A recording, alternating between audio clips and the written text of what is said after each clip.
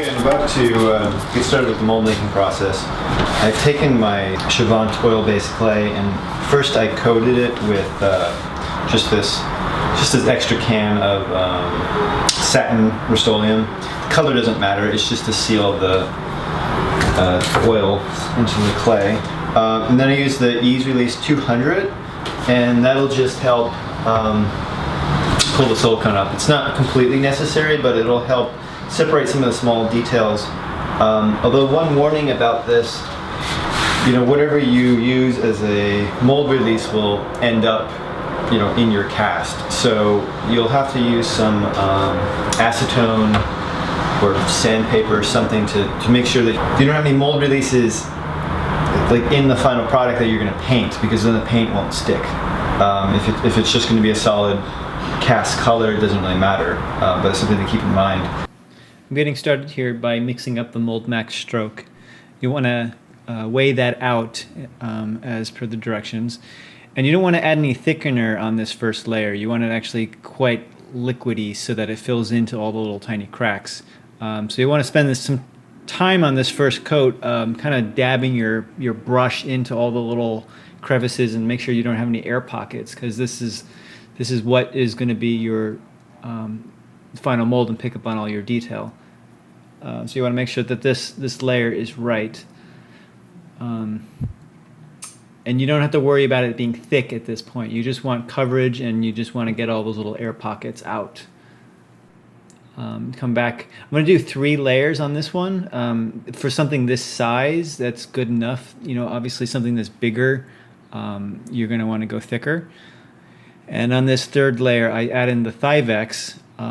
I use half of the recommended value because you don't want it to be too thick, but that way I can use a spatula and kind of glaze over all the surfaces and make it something that the plaster won't catch into for the support mold. So here I am starting the support mold. I'm pre-soaking some burlap strips, so I'm going to cut those to size. So I'm not doing this when my hands are all wet with plaster. And again, here, I'm going to do about 3 layers.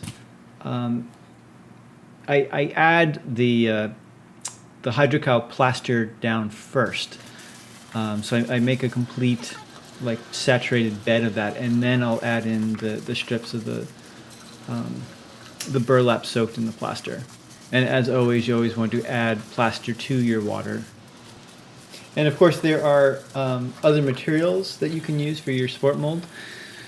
Hydrocal Plaster just tends to be a pretty cheap one, and it's kind of on a case-by-case basis. For something like this, for this size, plaster works perfectly well, and it's cheaper than most of the alternatives. If you have a multi-piece mold that's very large, plaster will become very heavy and difficult to work with. But again, in this case, it's totally fine. One other consideration is how many runs or how many casts you're going to create, because the plaster doesn't hold up as well. You'll have to do a little bit of prying, and you'll damage the edges, so you won't get as many casts out of it. But for what I'm doing right here, it works perfectly fine. And I do take my burlap pieces and I'll fold them in half around the edges.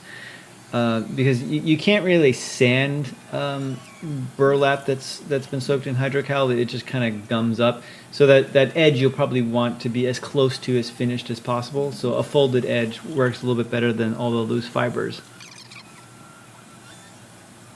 And then it's always nice to just polish off your surface.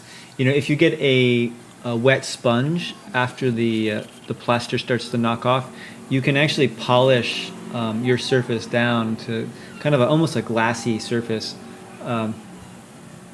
if that matters to you.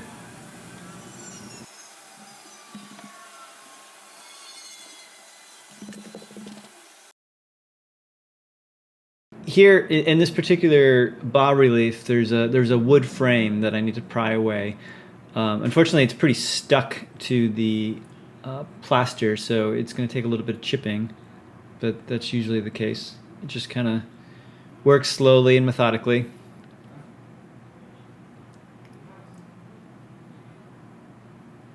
And there I get that open.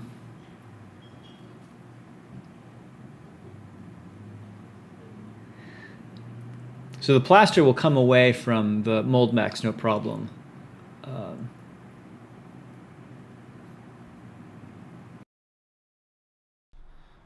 going to be pulling away the mold max.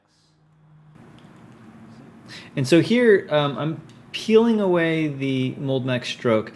You'll notice here that there's some residue. That's actually the paint. In some cases, the paint is peeling away. If you use a clear coat instead of a colored paint, you won't even notice. But it is actually a little bit nice to see where it's stuck, because then I can just scrape it away by hand, and then I know that where it's white, it has a clean release.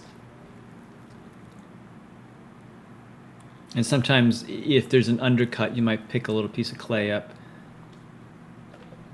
But that's totally normal. You know, normally your clay model will be a little bit destroyed during this process, or in this case, entirely destroyed.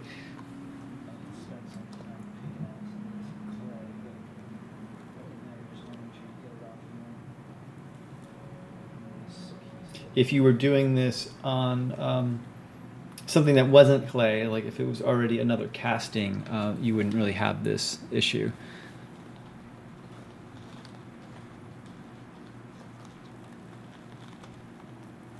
But this actually came out beautifully, picked up all the detail. There's no air bubbles, and just with a little bit of cleanup, it'll be great. And here I'm just checking the fit into the support mold. You want to make sure that it's sitting down all the way and it's not buckling up over something. And that's kind of why that last layer of the mold max, you really want to make sure that you're kind of smoothing things out, and you don't want to go too heavy with a thickener, because I've made that mistake before where the thickener adds all these like crevices. So here I am, I've mixed up the Smooth On EpoxAcoat, and this is a brush on epoxy. You want to build up about a minimum of an 1/8 inch worth of thickness before you put your fiberglass down. In my case, I had a little less fiberglass and a little more EpoxAcoat, so I made it a little bit thicker. I did 3 coats here. You could probably get away with 2, but I also wanted to make sure that some of the important details had some extra buildup so they wouldn't chip away or break. And also it's important to kind of diminish some of the detail, because putting in the fiberglass mat, you got to really mush it in there with your fingers, and it's easier if the detail has been kind of simplified by the time you get to this stage. And the fiberglass mat is better in a case like this because it's more malleable. And I'm doing something unusual here. I'm actually pressing the mat into it's essentially wet epoxy coat. So it's sticking, and it's sort of bridging between the EpoxAcoat and the EpoxAmite, which is like your fiberglass resin. So I don't know if this is totally by the book, but to me it actually helps create an extra bind between those 2 products. And I put the EpoxAmite on before the EpoxAcoat is really fully cured. Again, I'm kind of trying to get everything wet here so that it's comes out as one solid piece and there's no delaminating.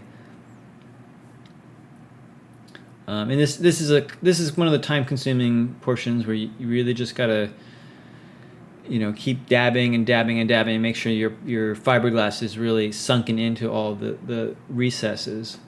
Because if you have some large pockets, then that's kind of a weak point. So this is a few hours later. I'm demolding. I don't like the product to be completely cured, because it's when it's still a little bit like malleable, it's easier to pull out of like a plaster mold like this. It generally, if it just twist just a little bit to get out, and it'll just rebound to where it was.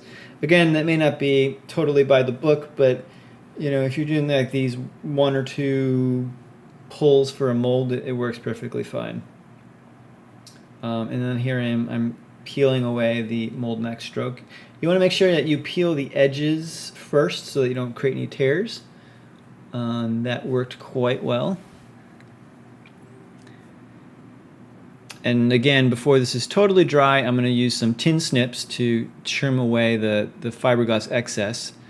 And then here I'm just doing a quick scenic job. This isn't really a scenic painting video, but thought I'd throw it in here just to kind of see how it completes the finished product. And here it is. Very lightweight.